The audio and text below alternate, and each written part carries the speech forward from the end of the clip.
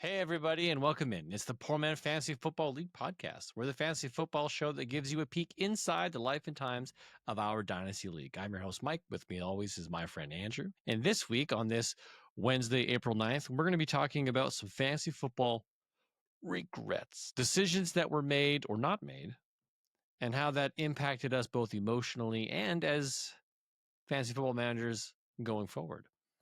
So, Andrew, how you doing on this wonderful Wednesday, sunny night? Not too bad. Not too bad. It's been an interesting week for work. So Oh, yeah, yeah. good things for you at Was, work?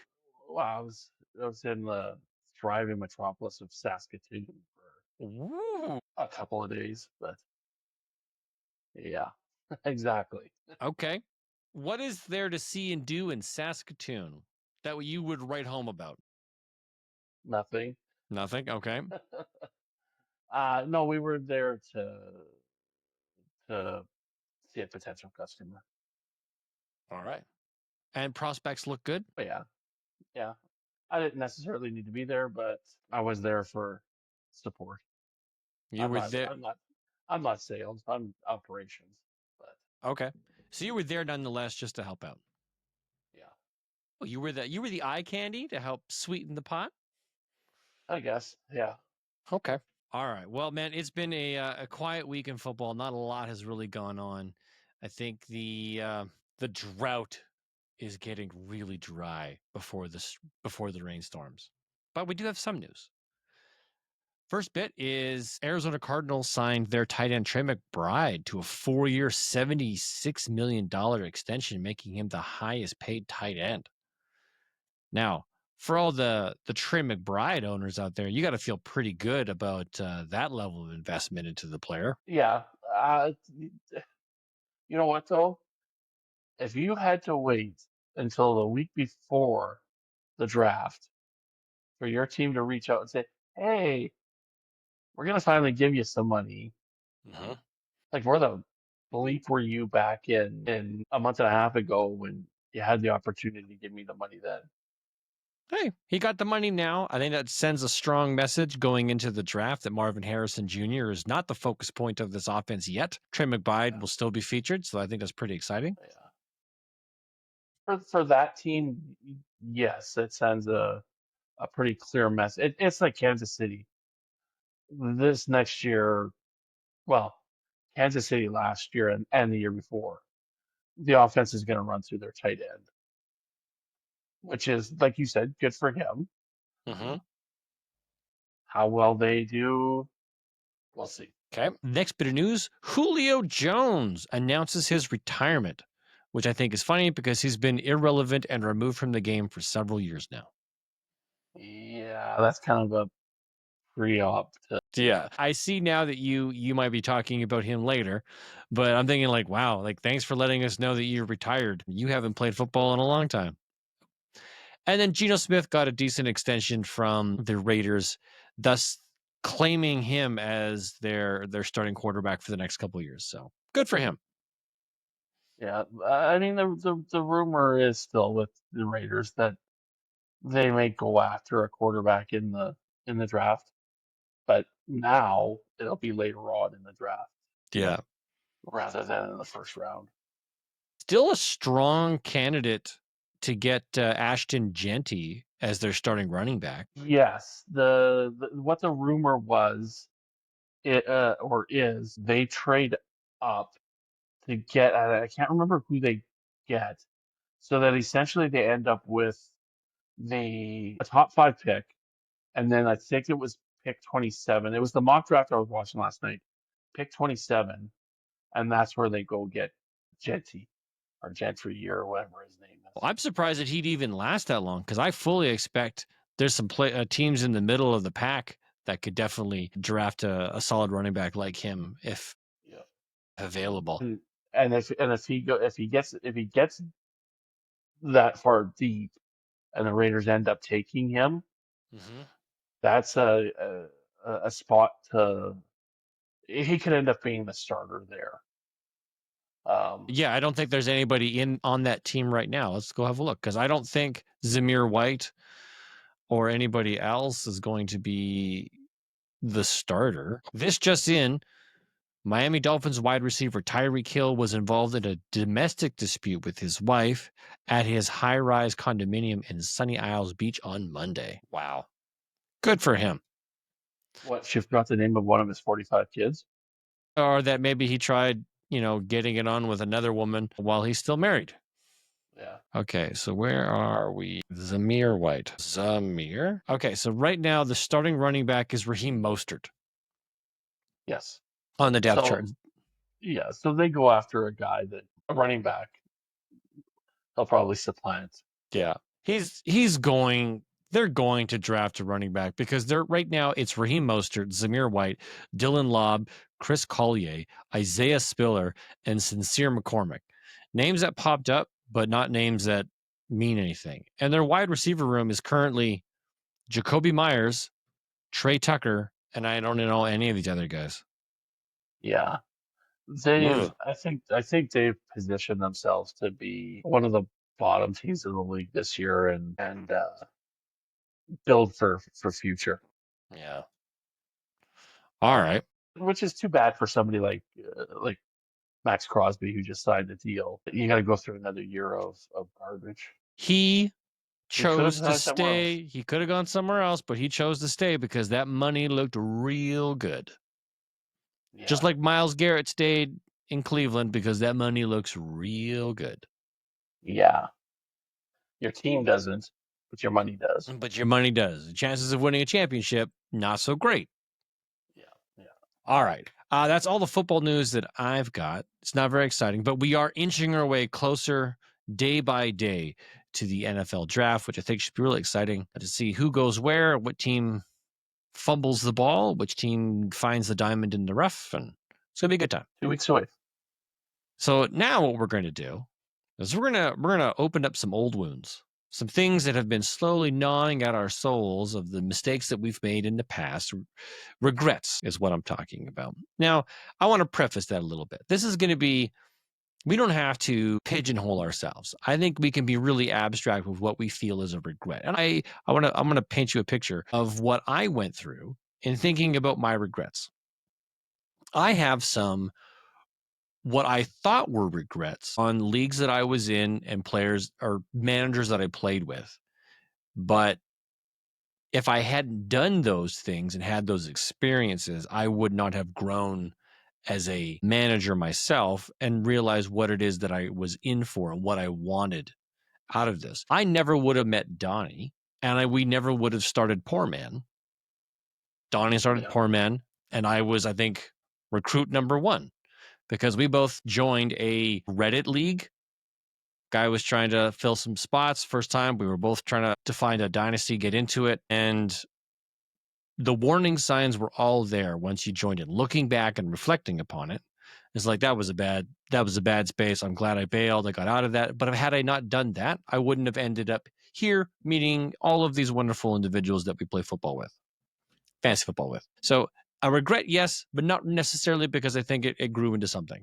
Playing with June and Drew, definitely a regret, but I think they washed themselves out at a time period that still allowed us to salvage and find the fun left in the league. So those were kind of the things I was thinking about, not just like, hey, I made a bad trade or I drafted it wrong, I drafted poorly, but I wanted to really like think about like what are some regrets that I have, and one of them that's not shown here is I regret not getting into fantasy football sooner. I've always loved football, but I was never really into football.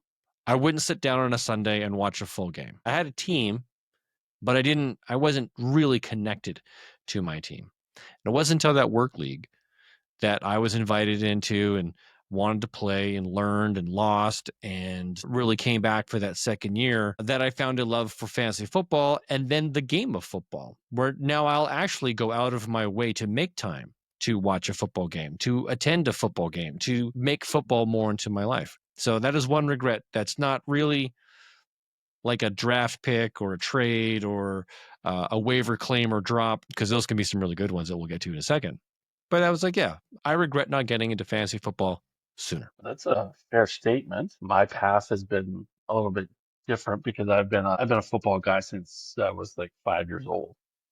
I've been watching ball for my whole life. My first experience with it was college, NCAA, like U.S. college Mhm. football. Fell in love with the game, and I think it was what it caught my attention, and you still see it now, especially in the early in the season, the blowout games. Hey, it's like 66-2, or 66-2 because they gave up a safety because they felt bad because they didn't want to punt. I didn't want Yeah. my punter to have to actually kick the ball this game, so I'll just take the safety and um, silly stuff like that.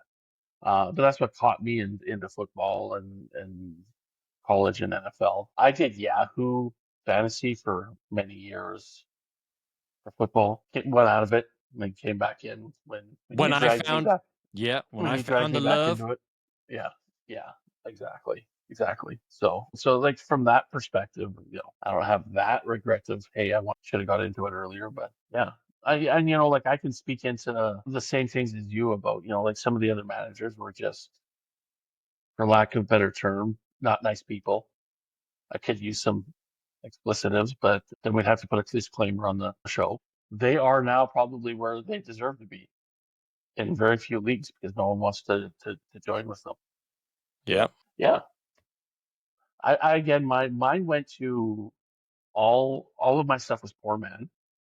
Okay. I just went back in the years and picked up my some of the stuff from that. So Okay.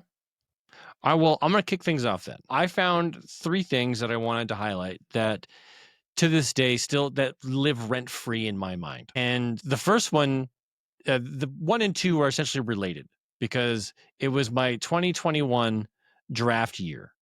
I had 2 first-round draft picks and I needed a running back. So I decided to reach to grab Trey Sermon at 109 and then Michael Carter at 110. Now, they did not pan out at all. I essentially burned those picks to the ground.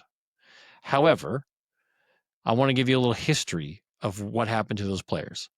I drafted Trey Sermon 109 in 2021. I traded him to Chervin, and there was the other assets in that trade that were part of the trade. And I was just me moving on from Trey Sermon.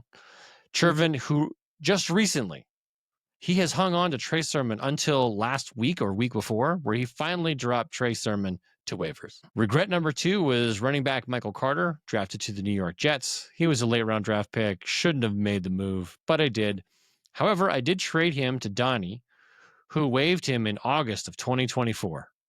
So Donnie made the trade. Again, another player. It was a multiple player deal. He was one of the players moved over. Donnie got him. I think it was because he was the backup to Brees Hall. Right. So he was getting a handcuff to Brees. And then lo and behold, he dropped into waivers. And what did I do? I picked him back up only to drop him a month later. And it was like, oh, hey, this is a guy who might actually get some running time. And then no, he's dead. So yeah, I really regretted that. That was an absolute reach. It was not a smart play.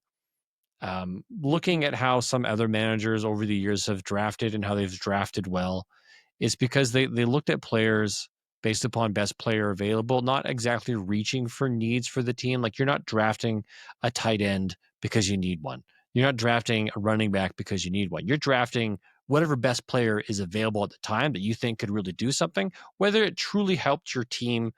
Like, oh, hey, I do need a tight end, but you know what? Like Justin Jefferson's sitting here at the 107. Like, I got a feeling about this guy, right? yeah.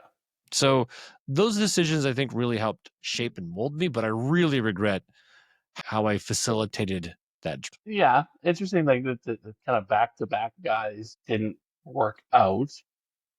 Yeah. Yeah, like you think of years where most first rounders aren't going to be, Somebody. So it's 4 or 5 years later aren't gonna really have a job. It's in those later rounds that really you are throwing that dart on the dartboard you're hoping it and hits. you're closing your eyes and you hope it's a Puka Nakua. Yeah. Or even, like, I don't like the player, but the guy dead last, Brock Purdy, Yeah. has had some success for a few years. Way more than some starters that went in the first round, like Marcus Mariota and Jameis Winston, and Exactly. yeah. It's, from a, if you had just taken him as a joke because he was the last guy drafted, everybody else has egg on their face, not you. Even though he Hmm. has dropped off the last couple of years, but hey, you had 2 years of a top 10 quarterback, right? So And then my very last regret is believing in Deshaun Watson could return to his former glory after hitting his rookie peak in year one, succumbing to an injury, and then turning out to be a terrible human being and then never recovering to relevancy. And I owned him in so many places, and I held out hope, and I didn't want to believe, and I didn't want to let go too soon. I hung on like far too long. And this year, this was the off season of the purge. Wherever I had a Deshaun Watson share, I just yeah, no, I'm good. I'm done. I'm not waiting anymore. That was a waste of time and energy. And I truly regret having that guy on my roster for that long. Mm-hmm. I have a guy, Khalif Raymond. That was the guy that I held on for too long in too many leagues. But yeah, he's not on my list of regrets, but that's a guy that everybody has a guy that they've held on for too long. And I hope that to those listening to this, that we're able to shake loose those deep recessed emotions and trauma that you're holding on to, that you can just let it loose and let it out. If you feel necessary that you need to post it in the group chat or on our social medias at Twitter, in the YouTube comments, or on Facebook, Poor Man Football, all one word, feel free. Share your fantasy football regrets. Let it out. Let the healing begin. Speaking of which, Andrew, I think it's time for you to share. I my first one was like a pickup in like October of 2022. Um, Thinking, hey, you know what? This dude's going back home. He's gonna do well. He's gonna ball out. And he got me a grand total of 3 points in 2022, Mr. Marvin Jones. Where Um, where was that? Was he still a Lion at that time? no, that was the year he went back to the Lions. Oh, because he had left and then He come. went Okay, from Tampa Bay back to Detroit. I thought, you know what? This could be a resurgence for him, just like you thought with Deshaun Watson. Hey, you know what? A final kick at the cat, and he got me 3 points that year. So it's like oh my God, what did I do with that? now did you trade for him? Did you pick him up No, I off a picked him waiver? up off waiver. I picked him Oh, up okay, off of waivers. all right. I'm going to skip my middle one and I'm going to go to my last one because it's the same type of thing. Um, I picked up Julio Jones for a whopping 2 months and 3 days to the days, thinking that Philadelphia was going to be again a resurgence place for him, and wah wah. In that 2 months and 3 days, he garnered 10.1 points and didn't play the rest of the year. What year was that? That was 2023. Okay, so that was the last time that Julio Jones played He football was played for any Philly in football. 2023. Yes. Okay, Yeah. So that from October to December, exactly 2 months and 3 days. Those were the games he played for Philadelphia and nothing. okay. I thought, him getting out of, I think it was Tennessee. I think it was Tennessee. Is that where he was at? Because I think Yeah. he had bounced around to a few places. Let me look it up. I thought, get out of there and get with a decent quarterback, and that will get you a new lease on life. Okay, so he played for Atlanta from 2012 all the way until 2020. He was in Tennessee for 1 year in 2021. He went to Tampa Bay in 2022. Yeah, he went from Tampa Bay to Philly. Yeah, so then he went Yeah. to Philadelphia in 2023. He did not play in 2024. So maybe my comments about him being gone from football for so long, but in reality, he played 11 games in 2023 and amassed a total of 30.9 points. Yeah, but at the time that I had him, Yeah. he got 10.1 You got points. 10.1. Yeah, Yeah. Oh, what a which is a guy that you want instead of 6 games. You know, you want that guy to get that many points in one game, not 6 games. yeah.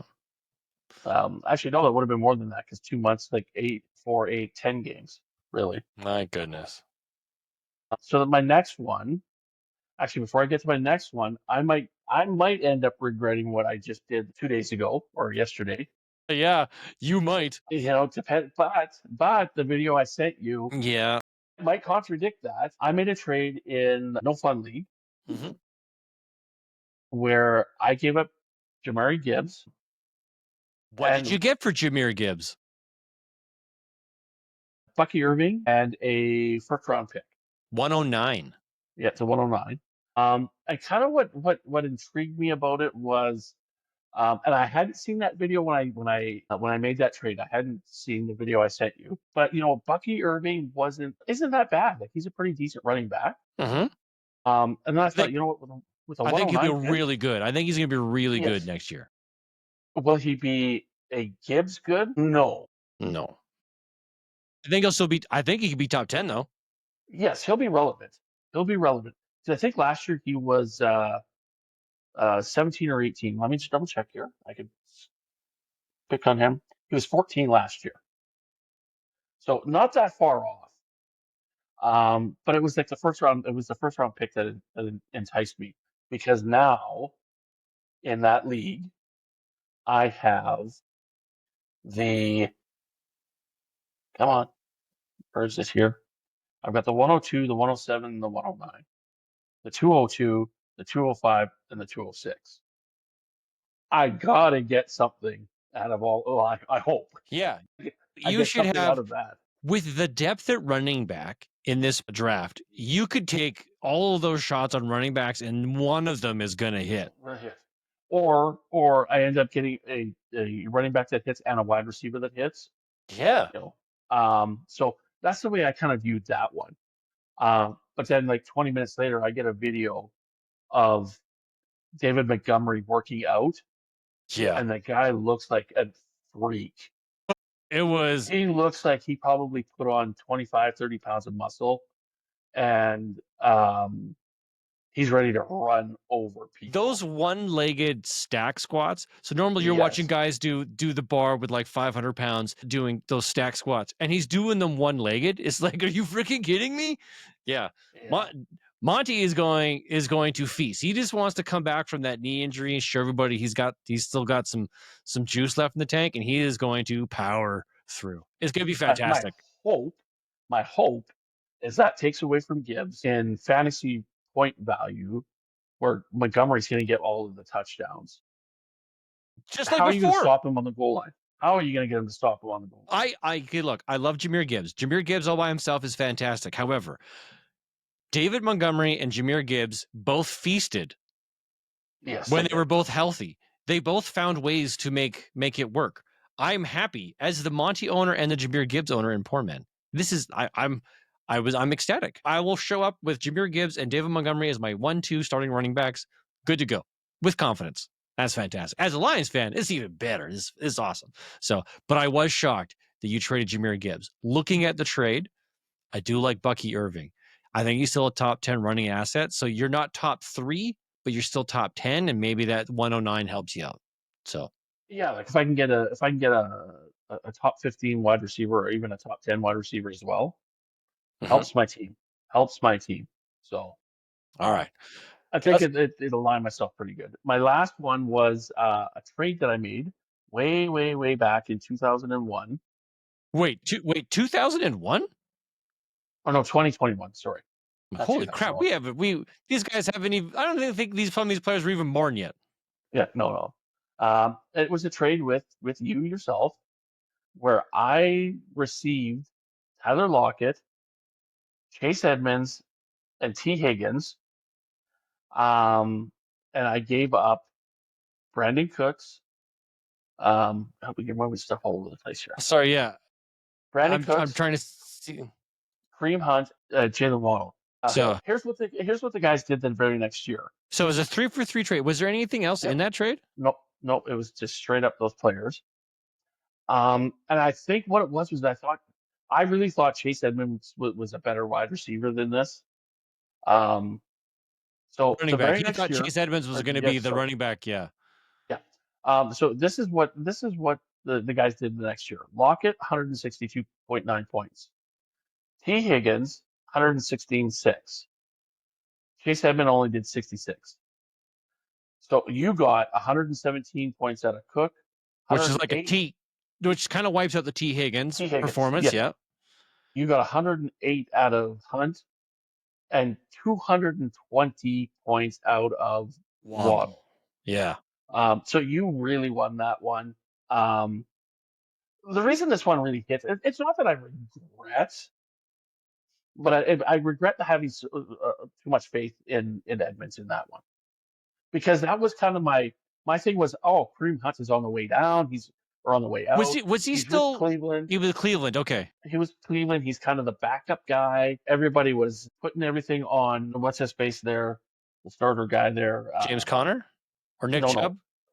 Chubb. Yes. Yeah. Okay. So Nick Chubb was getting all the stuff, and Hunt was just It was getting the stuff in the backup, get fourth. some Yeah. touchdowns. So I'm thinking, Edmonds is going to walk all over Hunt in this trade, and I'll kick ass.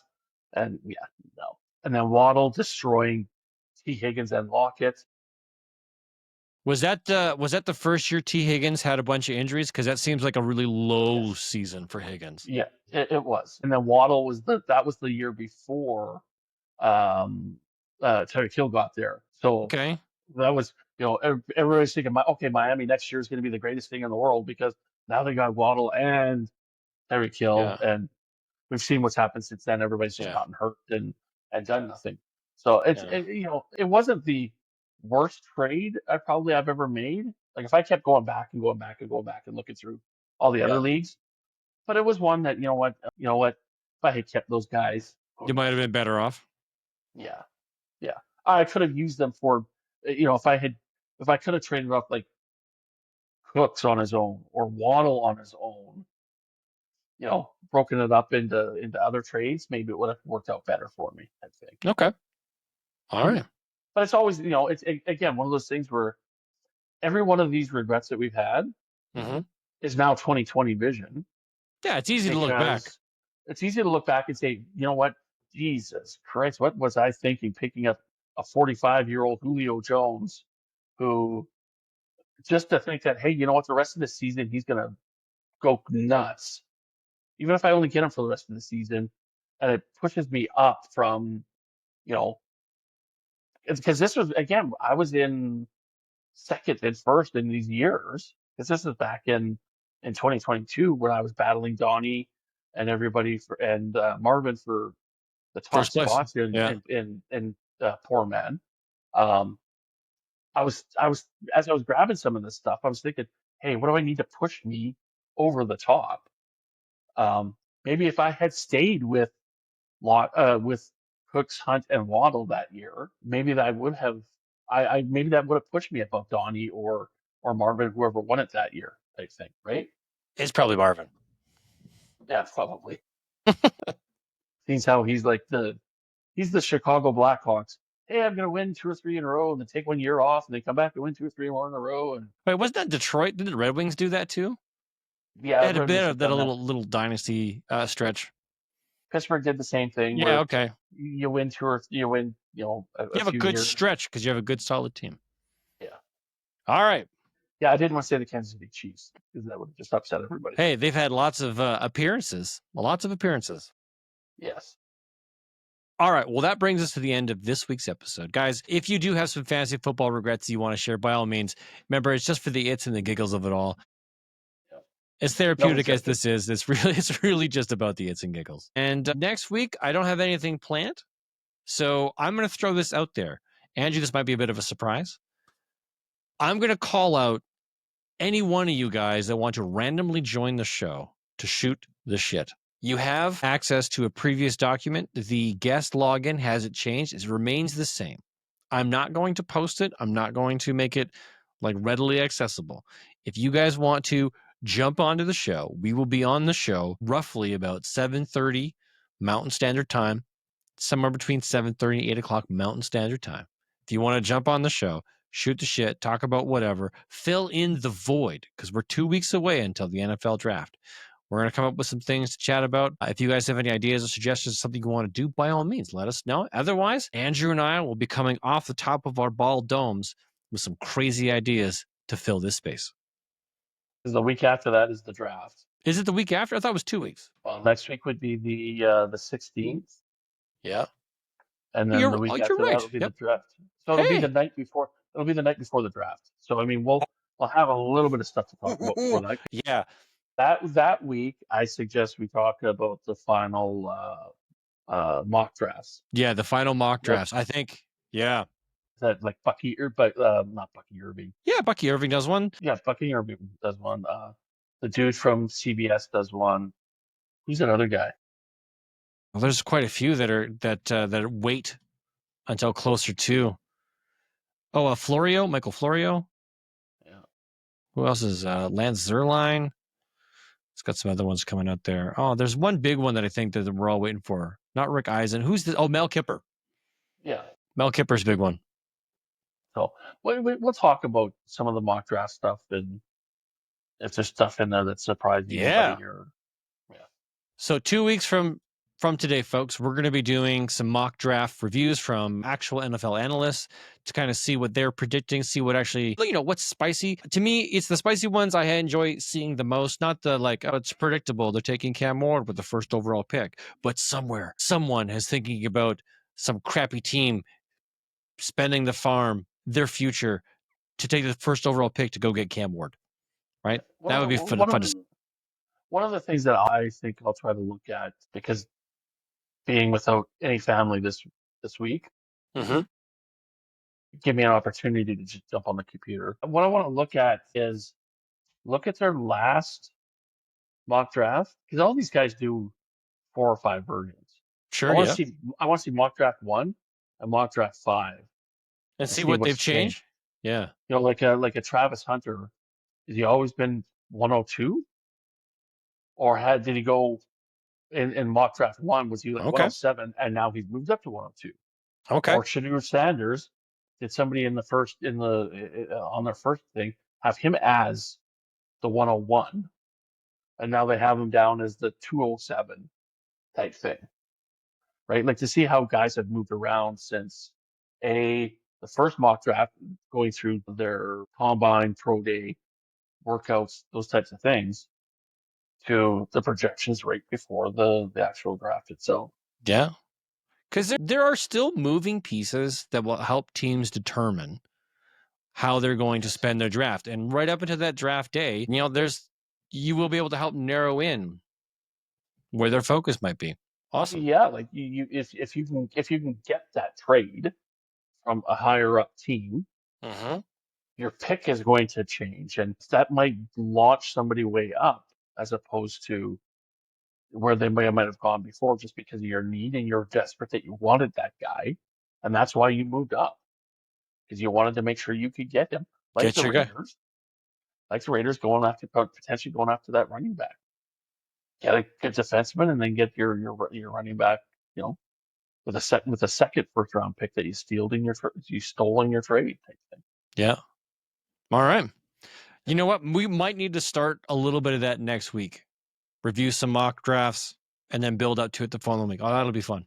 Okay, but the call is out there, guys. If you want to join the show, jump in, ad hoc, find the link. If you want, you could message me. I'll share it with you. Yeah, let me know. All right. Other than that, guys, it's been fun. It's been a blast. You guys enjoy your evening. Thanks for listening to the show.